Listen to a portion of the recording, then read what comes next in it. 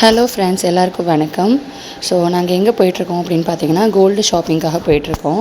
நான் வந்து லலிதா ஜுவல்லரியில் வந்து சிட் போட்டிருந்தேன். ஸோ அது வந்து கம்ப்ளீட் ஆயிடுச்சு 11 மந்த்ஸ். ஸோ இப்போ நகை வாங்கலாம் அப்படிங்கிறதுக்காக போயிட்டுருந்தோம். நெக்ஸ்ட்டு வந்து அப்படியே நேராக வந்து நம்ம லலிதாக்கு போயாச்சு. ஸோ ஆக்சுவலி பார்த்திங்கன்னா, நான் வந்து 2000 தான் வந்து மந்த்லி பே பண்ணுற மாதிரி சீட் போட்டிருந்தேன். அதில் வந்து ஒரு 22,000 வந்து நம்ம பே பண்ணியிருந்தோம். 2.5 கிராம் வரைக்கும் சேர்ந்துருந்துச்சு.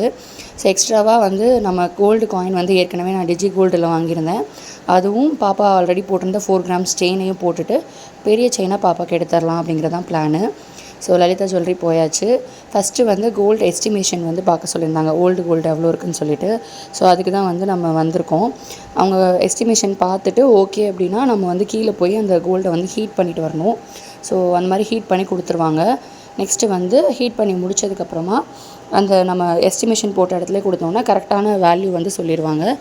ஸோ எல்லா எஸ்டிமேஷன் போட்டு முடிச்சதுக்கப்புறம் செயின் வந்து பார்த்திங்கன்னா 4.3 கிராம்ஸ் இருந்தது. ஸோ 4 கிராம் 300 மில்லி கிட்ட இருந்தது. அதுக்கப்புறம் வந்து காயின் 2 காயின் வந்து அதே ரேட்கே எடுத்துக்கிட்டாங்க. இன்றைக்கி என்ன கோல்டு போதோ அந்த ரேட்க்கு எடுத்துக்கிட்டாங்க. ஸோ மெயினாக வந்து நம்ம கோல்டு காயினை சேர்க்கறதுக்கான ரீசன் வந்து சேம் வேல்யூக்கே அவங்க எடுத்துப்பாங்க, அதுதான் ரீசன். ஸோ நமக்கு மொத்தமாக வந்து 6.370 கிராம் இருந்தது. இதை வந்து அப்படியே எஸ்டிமேஷன் வாங்கிட்டு நமக்கு தேவையான நகையை வந்து போய் எடுத்துக்கலாம். நமக்கு சீட்டில் வந்து பார்த்திங்கன்னா 2.5 கிராம் வரைக்கும் சேர்ந்துருந்துச்சு. ஸோ நெக்ஸ்ட்டு போய் நம்ம வந்து செயின் செலக்ட் பண்ணோம். செயின் வந்து பாப்பாவுக்கு பிடிச்ச மாதிரி செலக்ட் பண்ணியாச்சு. செலக்ட் பண்ணி முடிச்சதுக்கப்புறமே பார்த்திங்கன்னா நமக்கு வந்து ஒரு 5800 கிட்ட பேலன்ஸ் இருந்தது, நம்ம பே பண்ணதெல்லாம் சேர்த்து.